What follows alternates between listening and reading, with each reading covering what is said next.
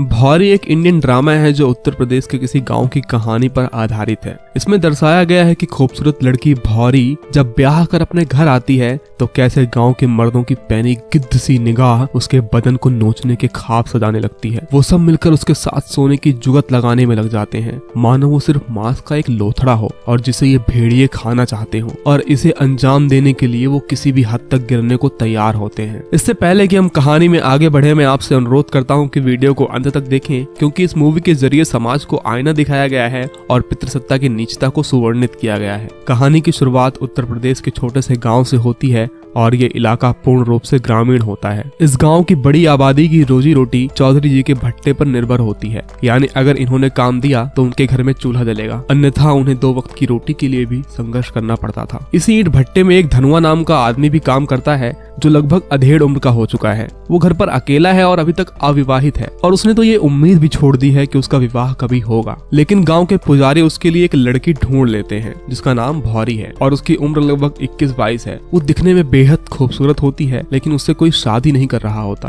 क्योंकि वो लोग उसे मनहूस मानते हैं। दरअसल इससे पहले भी उसकी शादी 3 बार लग चुकी है, लेकिन वो सफल नहीं हो पाई। एक दूल्हा तो बीच मंडप पे ही हार्ट अटैक से मर गया और वहीं दूसरा रिश्ता लगने के बाद शादी तक भी जिंदा नहीं रह पाया और तीसरा तो शादी वाले दिन ही घोड़ी से गिरकर मर गया। अब ये सभी चीजें इत्तेफाक भी हो सकती हैं, लेकिन गांव के लोग अनएजुकेटेड होने के कारण इस सब का दोषी भौरी को मानते हैं। और क्योंकि धनुआ के माँ बाप नहीं थे, इसलिए पुजारी और चौधरी ने मिलकर उसकी शादी भौरी से करवा दी। धनुआ की शादी में आए 5 लोग अहम हैं, जो इस कहानी के मुख्य पात्र भी हैं। नंबर 1 पर है चौधरी जी, जो गांव के लोगों को रोजगार देता है और गांव के अधिकतर मजदूर उन्हीं के भट्टे में काम करते हैं। दूसरा इस भट्टे का मैनेजर सुरेन, जो चौधरी जी के भट्टे का काम संभालता है और मजदूरों को परेशान करना, उनकी दिहाड़ी काटना इसका रोज का शौक बन चुका है। तीसरा इस गांव का पंडित है, जो धर्म का चोला पहनकर सारे अधर्मी वाले काम करता है, जिसकी खुद की नीयत तो अशुद्ध है और दूसरों को शुद्धि के पाठ पढ़ाता है। और गांव का लाला भी शोषण करने में किसी से कम नहीं है। सर्फ एक्सेल के एड में जितने दाग उस बच्चे ने अपने कपड़े पर लगाए थे, उससे 10 गुना दाग ये भाई साहब अपने चरित्र पर लेकर जी रहे हैं। क्या बढ़िया था गुरु।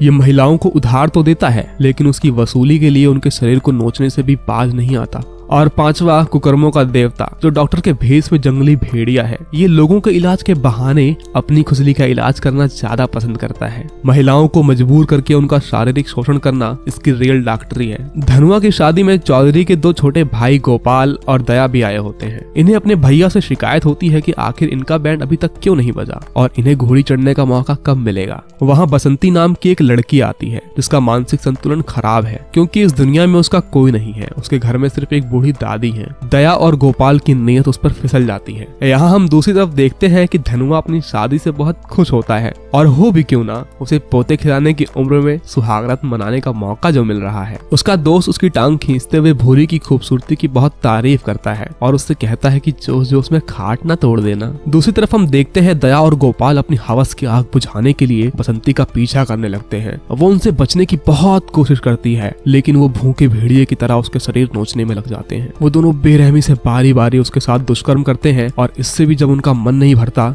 तो वो लोग उसका कत्ल करके नदी में फेंक देते हैं।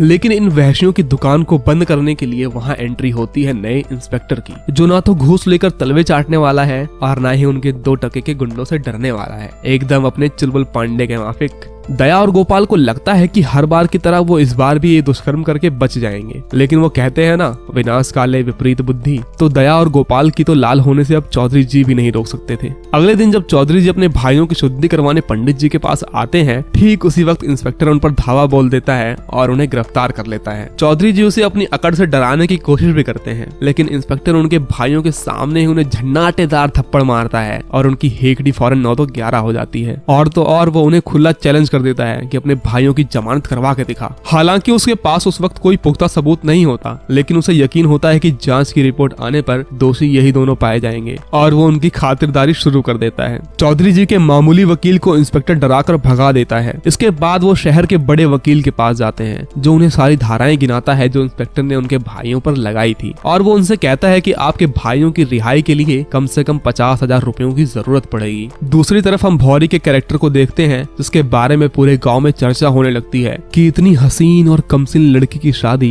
इस अधेड़ उम्र के इंसान से कैसे हो गई, इसमें कुछ ना कुछ कमी तो जरूर होगी। और दूसरी तरफ धनुआ जब दूसरे दिन भट्टे पर काम करने जाता है तो मैनेजर उसे छेड़ते हुए कहता है कि जरा हमें अपनी सुहागरात की कमेंट्री तो सुना दे। इस पर धनुआ गुस्सा हो जाता है, लेकिन मैनेजर का मुनीम फौरन उसकी दिहाड़ी से 20 रुपए ये कहकर काट लेता है कि वो लेट आया है। ये सब तो एक बहाना होता है, उनकी नीयत भौरी के जिस्म में डूबी होती है। दिन भर की दिहाड़ी के पैसे लेकर जब धनुआ लाला के पास तेल लेने जाता है तो वो उसका मजाक उड़ाते हुए कहते हैं कि सारा तेल एक ही रात में कैसे खत्म हो गया। लाला धनुआ से कहता है कि अपनी जोरू को हमारी दुकान दिखा दे, जिससे उसे जो भी सामान चाहिए वो खुद आकर ले ले। लाला धनुआ से पैसे लेने से भी मना कर रहा होता है, लेकिन धनुआ को उसकी वहशी नीयत का पता होता है और वो उसके पैसे उसके मुंह पर मारकर चला जाता है। डॉक्टर भी भौरी के जिस्म का प्यासा होता है और वो उसे ताड़ने के नित नए बहाने ढूंढता रहता है, लेकिन धनुआ को इन सब पर बहुत गुस्सा आ रहा होता है। यहाँ लाला गाँव की एक लड़की जिसके साथ उसके नाजायज संबंध होते हैं उससे कहता है कि अगर तुम भौरी को मेरे पास ले आओ तो तुम्हें माला माल कर दूंगा। वो भौरी से आकर उसका प्रस्ताव रखती है, लेकिन भौरी उसे डांट कर वहाँ से भगा देती है। और यहाँ भट्टे का मैनेजर धनुआ को रोज परेशान कर रहा होता है ताकि वो भौरी को रात बिताने के लिए उसके पास भेज दे। यहाँ चौधरी जी इस बात से परेशान होते हैं कि वो अपने भाइयों की जमानत के लिए 50,000 रुपए कहाँ से लाएं।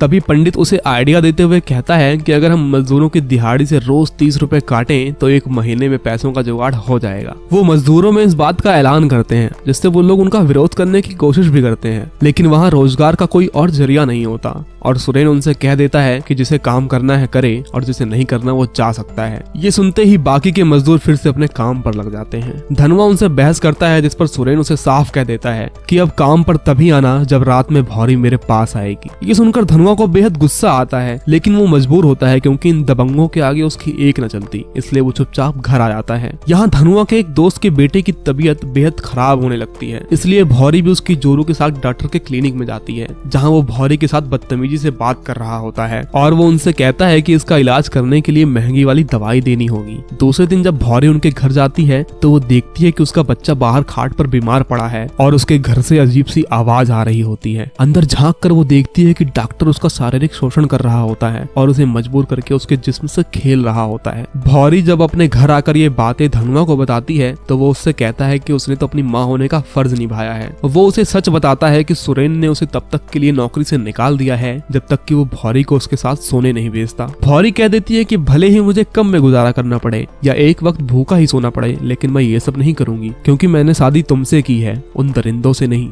दूसरे दिन धनुआ उनके पास जाता है अपनी 7 दिनों की बची हुई मजदूरी लेने, जिस पर चौधरी उससे कहता है कि एक रात के लिए भौरी को मेरे पास भेज दे, तुझे तेरे पैसे मिल जाएंगे। इसका तीखा जवाब देने पर वो लोग धनुआ को बहुत मारते हैं, जिससे उसकी तबीयत बेहद खराब हो जाती है और साथ ही उसे खूनी उल्टियां भी शुरू हो जाती हैं। बहुत चोट लगने पर डॉक्टर उसकी मलहम पट्टी कर देता है, लेकिन उसकी उल्टी को देखकर वो कहता है कि मामला बहुत गंभीर है, हमें धनुआ का ब्लड टेस्ट करना होगा, जिसके लिए 600 रुपयों की जरूरत होगी। उसे लगता है कि मालती की तरह वो भौरी को भी मजबूर करके उसके जिस्म से खेल लेगा, लेकिन वो बहुत खुददार होती है और घर के अनाज तक बेचकर पैसों का इंतजाम करती है, जहां वो लाला औना पौना दाम देकर उसका अनाज खरीद लेता है और वो उन पैसों से डॉक्टर का सारा कर्ज उतार देती है। लेकिन अब भी धनुआ की हालत में कोई सुधार नहीं आता, इसलिए वो मंदिर जाती है जहां पुजारी उसका शोषण करने का जाल रचता है, लेकिन उसकी दाल नहीं गलती। वो लोग इस बात से काफी परेशान होने लगते हैं कि आखिर कब भौरी मजबूर होकर उनके पास आएगी और वो उस पर टूट पड़ेंगे। डॉक्टर अपना शातिर दिमाग चलाता है और भरी पंचायत में झूठी रिपोर्ट दिखाकर ये साबित कर देता है कि धनुआ को एड्स की बीमारी है, जिससे सारे गांव वालों को जान का खतरा है और इस तरह सारे गांव वाले उसके खिलाफ हो जाते हैं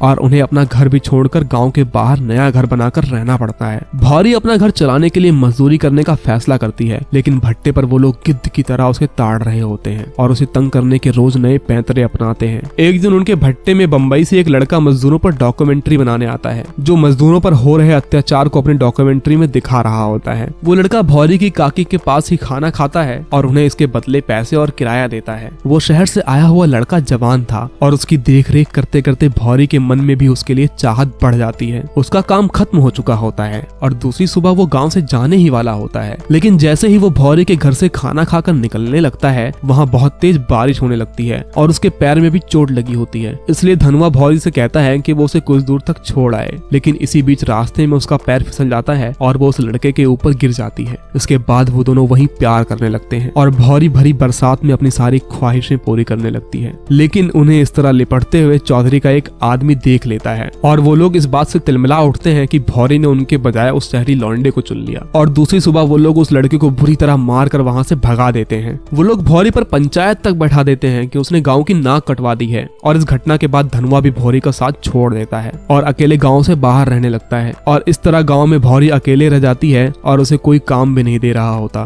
और साथ ही उसका पति भी अब उसका साथ छोड़ चुका होता है। और आखिर में हार मानकर भौरी ये फैसला करती है कि अब वो वही करेगी जो ये सारे गांव वाले चाहते हैं। वो चौधरी और उसके चमचों को एक साथ अपने घर पर बुलाती है और उनसे बोली लगाने को कहती है। जो सबसे ज्यादा पैसे देगा भौरी उसी के साथ रात बिताएगी और लाला उसके लिए सबसे बड़ी बोली लगाता है और उस रात वो भौरी के साथ खूब मौज करता है। इसके बाद बारी बारी से भौरी ये मौका सबको देती है और वो लोग उसके शरीर को भेड़ियों की तरह नोचने में लग जाते हैं। जब गाँव वालों को भौरी के नए बिजनेस वैश्यावृत्ति के बारे में पता चलता है तो गाँव का हर मर्द उसके साथ सोने की ख्वाहिश जताने लगता है और पैसे कमाकर उसके जिस्म का लुत्फ उठाता है। यहाँ तक कि मजदूर भी अब भौरी का स्वाद चख चुके होते हैं और इस तरह गांव का लगभग हर मर्द भौरे का भोग लगा चुका होता है। अब ये गांव वालों के लिए आम बात हो चुकी होती है, लेकिन धनुआ सारी सच्चाई जानते हुए भी गांव से बाहर ही रहने पर मजबूर होता है। यहाँ वकील भी चौधरी के भाइयों की जमानत नहीं करवा पाता और अब तक इंस्पेक्टर उन्हें अच्छे से तोड़ चुका होता है। वकील उसे आइडिया देता है कि अगर वो बसंती के दादे के साथ सेटलमेंट कर ले तो ये मामला यहीं रफा दफा हो सकता है। लेकिन जब चौधरी उसके दादे के पास जाता है तो उसे पता चलता है कि बसंती उसी की नाजायज बेटी थी और उसके भाइयों ने उसके साथ दुष्कर्म किया। ये सुनकर वो बेहद परेशान होने लगता है और तनाव के कारण उसकी एक दिन मौत हो जाती है, लेकिन किसी को उसकी मौत का असल कारण नहीं मालूम होता। एक दिन डॉक्टर जब अपनी बेटी की बिगड़ती हुई तबीयत से परेशान होता है और उस पर कोई दवा भी काम नहीं कर रही होती, तब ब्लड टेस्ट कराने पर उसे पता चलता है कि उसकी बेटी को एड्स है और उसे बहुत पीटने पर उसे पता चलता है कि उसके कंपाउंडर ने ही ये नीच हरकत की थी। वो मन्नू की कुटाई करके पूछता है कि वो और किस किस के साथ सोया है। तब मन्नू उसे बताता है कि उसके जिस्मानी ताल्लुक भौरी के साथ भी थे, यानी उसे ये बीमारी भौरी से मिली है। और भौरी का नाम सुनकर डॉक्टर के